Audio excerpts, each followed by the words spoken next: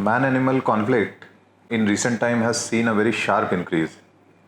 It may be attributed to increase of urbanization, whereby human habitation has now gone up to the wilderness, and the loss of habitat for wild animals in turn has forced wildlife to come in contact with human beings.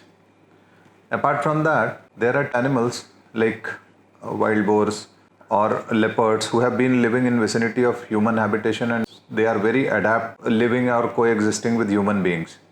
And therefore, this man-animal conflict, because of their mutual contact, is only intensifying in its severity as well as in number of incidents over a period of time. More so, it is likely to increase in future. The problem with man-animal conflict mostly is that wild animals as such, they do not know any fixed boundaries, and therefore they are not restricted in their existence to only wildlife areas, or for that matter forest areas. Whereas the forest staff, or for that matter forest department, has its limitation in number of personnel, and those who are there are deployed in and around forest areas. And therefore the conflict are not only restricted to forest areas, but they are across the boundary of districts or country and states. So the need of hour is basically to not only depend upon the forest staff, but involve non-forest staff stakeholders in the efforts of conservation. And therefore, as a well thought procedure, as an initiative, we undertook an exercise whereby we involved villagers who are most affected by the man-animal conflict in Junnar towards the conservation efforts. And therefore, we started training these villagers who are coming on their own as volunteers to train them in wildlife rescue and preliminary medication, so that they become the first point of contact in engaging any wild animal and human being conflict situation. Junnar Forest Division is composed of 4 talukas: Junnar, Ambegaon, Khed and Shirur. It's a region that has presence of 5 dams, resulting in an abundant supply of water, supporting the growth of cash crop like sugarcane. The continuous sugarcane fields, along with the presence of cattle, has provided an ideal habitat for the leopards to live and flourish.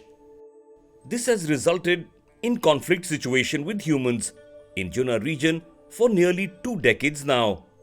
There was a situation of more conflict that was seen between the villagers and the forest department in the past, which was due to delay in reaching the place of incident or timely response to any call. This delay in the past would also sometimes result in loss of wildlife due to lack of timely rescue. Early in the year 2017, a novel program was launched in the Junnar region to form a village rescue team which had volunteers from the affected region as its active team members. The idea was that this team would act as a force multiplier of the forest department and be a bridge between the forest department and the villagers. Additionally, the aim was to provide a faster response to the affected place, as knowledge of the local situation is a key to solving any conflict situation. All the people in this team have been selected based on their genuine interest in working for wildlife and with an objective to involve local people in the conservation effort. Team is composed of people from various walks of life, from village sarpanch, farmers, media people, vets, photographers, snake rescuers from NGOs, and animal lovers.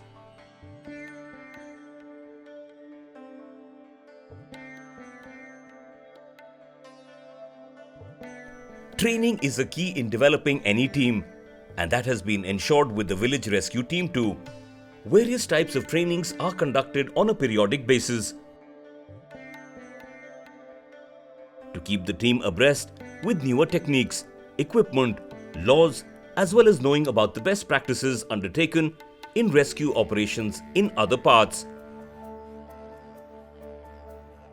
Even external authorities are called for imparting training. thereby widening the knowledge base of the rescue team members.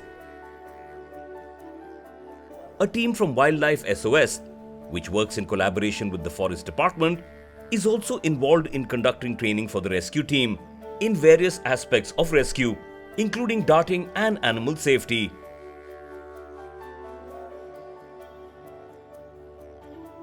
Rescue team members work on a voluntary basis with the Forest Department and are provided with a uniform as well as a life insurance cover. During a rescue situation, the Forest Department get a call from the villagers where a leopard is stuck in a well. This information is circulated to the forest staff and also to the village rescue team. The members of the rescue team, who are the nearest to the spot of the incident, are the first to reach and relay important information back to the forest team about the situation, like depth of the well and need for any special equipment. Till the time the Forest Department team and other rescue members arrive, the local rescue team member may build a flotation device for the leopard so that it can rest on it.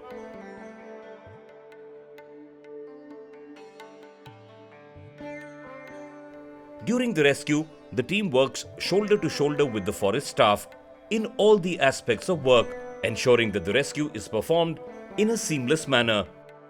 This may also involve talking with the local people to maintain calm during the rescue operation.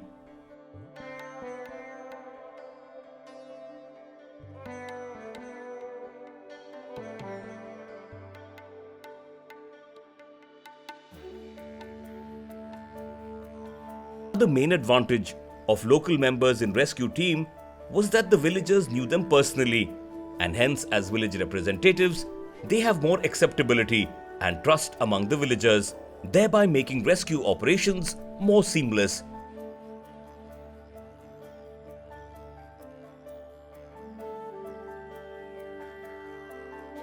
Rescues may also be at homes, where the local rescue team members help in crowd management, as well as ensuring that the veterinary and rescue team is able to dart the leopard and safely move it out of the house.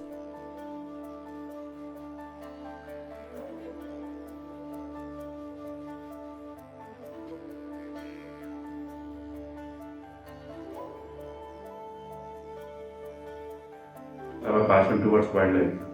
They want to be part of our rescue and conservation program. So it is our duty to motivate them and engage them in our activities. So initially the team has started with a few people. So later, by seeing their activities and some of the people got motivated and they were part of our team. Being the local, usually the first information comes from them. They are the first one to reach onto the spot. And apart from our regular rescue operations, these people voluntarily conduct many awareness activities along with our staff. Awareness creation is one of the biggest work the rescue team performs. Along with the Forest Department staff, the rescue team members, being known to local villagers, have an easier access and are able to strike an effective conversation within the villages. Schools are one of the best places where awareness spreading about conflict and telling the students about precautions to be taken to avoid the conflict with leopards goes a long way in easing the conflict situation, as kids have a far open mind to absorb new ideas and in turn talk to their parents, making it more effective method in spreading awareness. Apart from schools, the rescue team actively participates in awareness drives run with sugarcane farm workers who come into contact with leopards more often, and awareness helps them in avoiding a conflict situation beforehand. Leopard cubs are found in sugarcane fields, and this awareness of sugarcane workers ensures that due care is taken to ensure such cubs are brought to the notice of the Forest Department. Here the rescue team volunteers play an important role during such situations to ensure such reunions are successfully done, along with the Forest Department and the veterinary team. They keep the people away from the leopard cubs at time of such reunion. Such timely measures are important, and awareness helps a lot in this situation, as normally once the sugarcane is cut, the farmers tend to burn the remaining leaf litter, which can result in a conflict situation as leopards may turn aggressive due to the loss of cubs.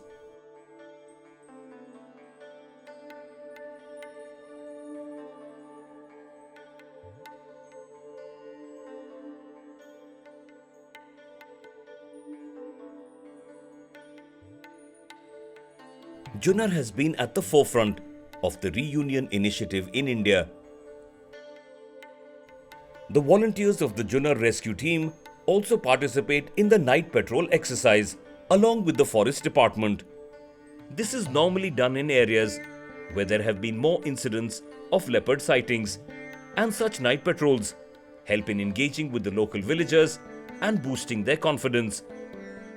Awareness drives during such night patrol also help in engaging with the locals, as well as making them aware of the precautions to be taken. There was always some bad press situations in the past. However, involving the journalist fraternity into the village rescue team has resulted in the press understanding the situation more closely and accurately, thereby helping the situation to be reflected in a more positive light than before, and also helped in changing the public opinion. Over the time, the rescue team has been able to bridge the gap between the Forest Department and the local villagers, acting as the first line of response. The aim for future is to extend this rescue team to all villages, with 1 or 2 members from each village being a part of this team.